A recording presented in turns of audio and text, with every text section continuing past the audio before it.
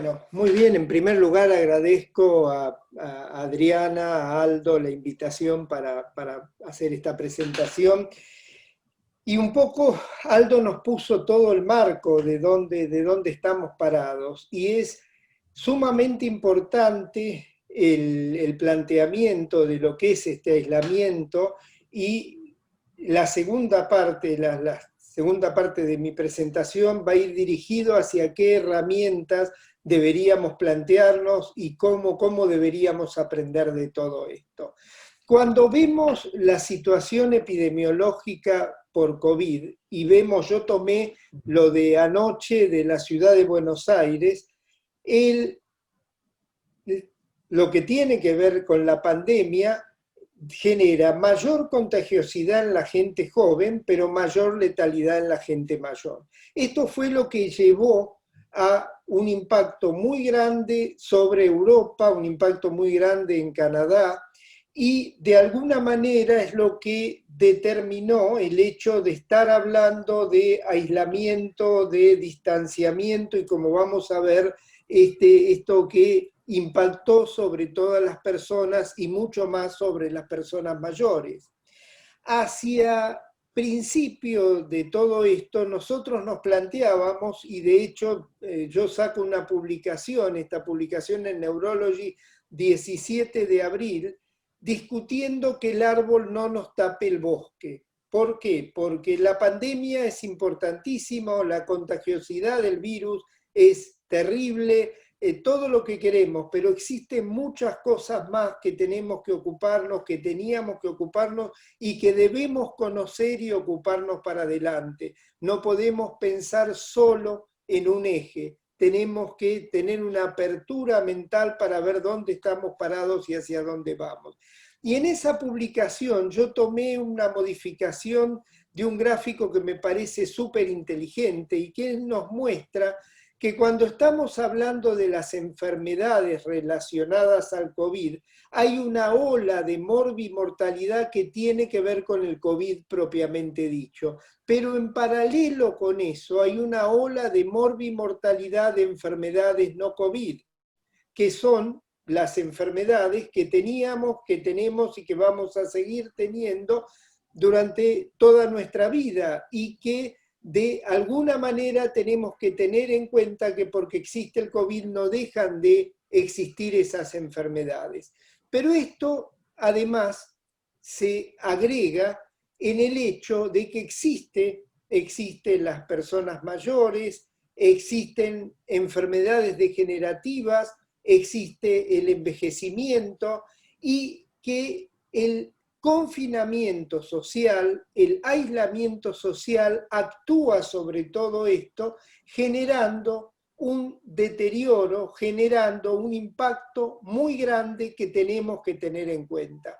Pero esto no termina acá y como nos decía Aldo, no es solo pensar en lo que antes llamábamos lo orgánico, porque hoy sabemos que es todo orgánico, pero lo que antes llamábamos lo relacionado al orgánico propiamente dicho, sino que todo esto nos genera un impacto psicológico, un estrés que tenemos que tener en cuenta y tenemos que predecir hacia adelante.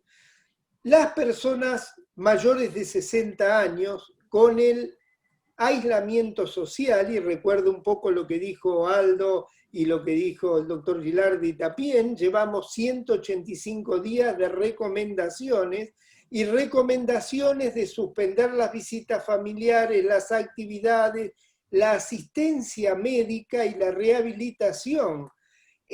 Los resultados de todo esto implican un gran impacto psicológico, gran ansiedad, gran irritabilidad, deterioro de los síntomas cognitivos, aumento o aparición de trastornos de conducta y un gran manejo que yo llamo, y esto es algo personal, irracional de pacientes y de cuidadores.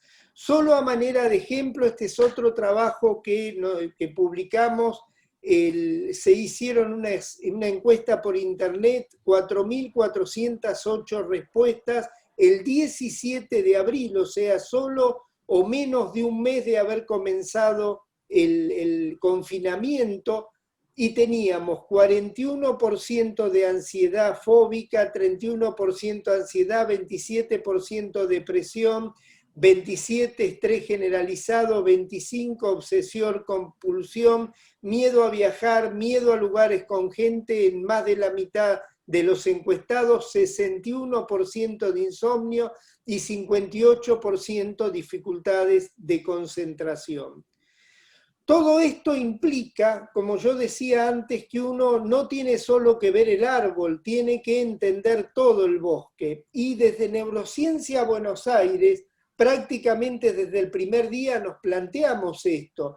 Y de hecho los invito, el link que está ahí puesto, si no se los mandamos, no solo se registró sobre el gobierno de la Ciudad de Buenos Aires, sino que además se mandó a la Asociación de Alzheimer Internacional recomendaciones para personas con deterioro cognitivo, recomendaciones para adultos mayores y recomendaciones para el personal de salud en el contexto de la epidemia, pero recomendaciones no solo de qué tenemos que hacer con el virus, sino recomendaciones de qué tenemos que hacer con nuestra vida.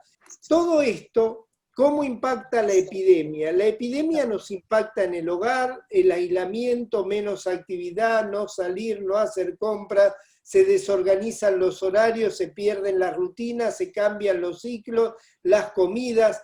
En el entorno, los familiares, los amigos, los vecinos están estresados, inseguros, ansiosos, reactivos. Hay nulo o bajo contacto con el entorno, se distancian los familiares, como decía, se limitan, se suspenden las visitas, se maneja mal la información porque hay una sobreinformación o mala información. Lo peor que uno puede generarle a una persona es sacarle las expectativas y decirle que esto nunca va a terminar es implicar sacarle las expectativas de la vida, o sea, decirle algo a alguien que va a tener que seguir encerrado cuando nadie sabe, y si me preguntan a mí yo pienso absolutamente que no, cuando nadie sabe cómo se va a desarrollar todo esto, es cerrarle el objetivo. Y esto, desde el punto de vista periodístico, fue tremendo y sigue siendo tremendo. El gran objetivo es contar los muertos, lo cual es alucinante desde el punto de vista psicológico. Y en los pacientes mismos, como decía, estresados, con miedos, ansiosos, irritables, decaídos, duermen mal.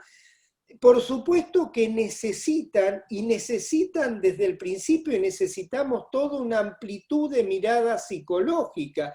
Y ojo que yo soy neurólogo, ¿no? O sea, yo soy de martillo en la mano y tomar los reflejos, pero todo esto necesita un abordaje desde lo psicológico, escuchar, persuadir, detectar las necesidades básicas, reducir la sobreestimulación, reducir las noticias negativas. Si yo lo único que doy son noticias negativas, genero constantemente ansiedad, genero depresión, o sea, es terrible. Nosotros recomendábamos dentro de estas guías actualizarse una sola vez al día, organizarse, organizar las rutinas, enriquecer la vida de la casa, mantener actividad física, coordinar tareas de relajación, meditación, promover el contacto con la familia. Hay miles de métodos y hay miles de formas para cuidarse y seguir con el contacto con el medio, seguir con el contacto con la familia. Por supuesto, reforzar, o sea, no negamos con esto la existencia del virus, reforzar la autoprotección, reforzar las precauciones, pero pensar en el bosque y no solo en el árbol. ¿Cómo nos planteamos los manejos de las cuestiones de conducta? Adecuar el entorno, generar áreas para pasar el día, tener mensajes claros, sencillos, mensajes tranquilos, suaves, luz, música, o sea, tratar de buscar un entorno que nos tranquilice y no que nos altere. Como yo decía, poner rutinas hogareñas, lo peor que nos hace la pandemia, lo peor que nos genera esta situación es una desorganización. La ansiedad más la desorganización y el insomnio van en contra de todas nuestras enfermedades, o sea, de todos nuestros factores de riesgo. La actitud de la familia, mantener una actitud positiva, estar tranquilo, atender el sentimiento, validar las experiencias personales, pero sobre todo mantener los objetivos. La pandemia, como todas las pandemias, empezaron y terminaron, o sea, eso es lo que va a pasar. Y bueno, y en el medio tenemos que cuidarnos, pero no solo pensar en el virus, pensar en toda nuestra vida y cómo lograr cuidarnos de la mejor manera posible.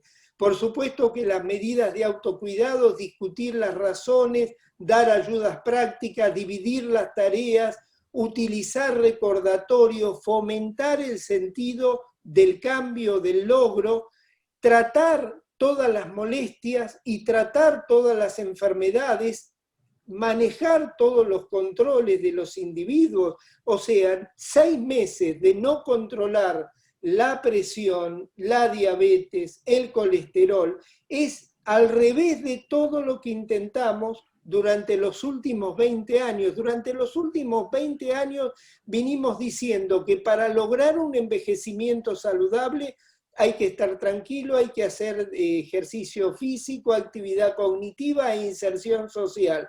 Y en 24 horas cerramos todo eso y decidimos no hacerlo nunca más. Debemos plantearnos cómo hacerlo más allá de cuidarnos. Tenemos que cuidarnos, pero tenemos que tomar todo este contexto. Y ya la última diapositiva, y esto yo se lo robé a Fabián Román, cuando empezamos con toda la discusión del aislamiento, del confinamiento social, Fabián me llama y me dice, lo que necesitamos es un distanciamiento inteligente, administrar la pandemia, saber cómo podemos hacer y cómo debemos hacer cada una de las cosas. Agradezco nuevamente a Adriana y Aldo la posibilidad de estar con ellos en Neurociencia Buenos Aires y de poder presentar estos pensamientos que tenemos y estas discusiones que hemos tenido acerca de la pandemia. Muchas gracias.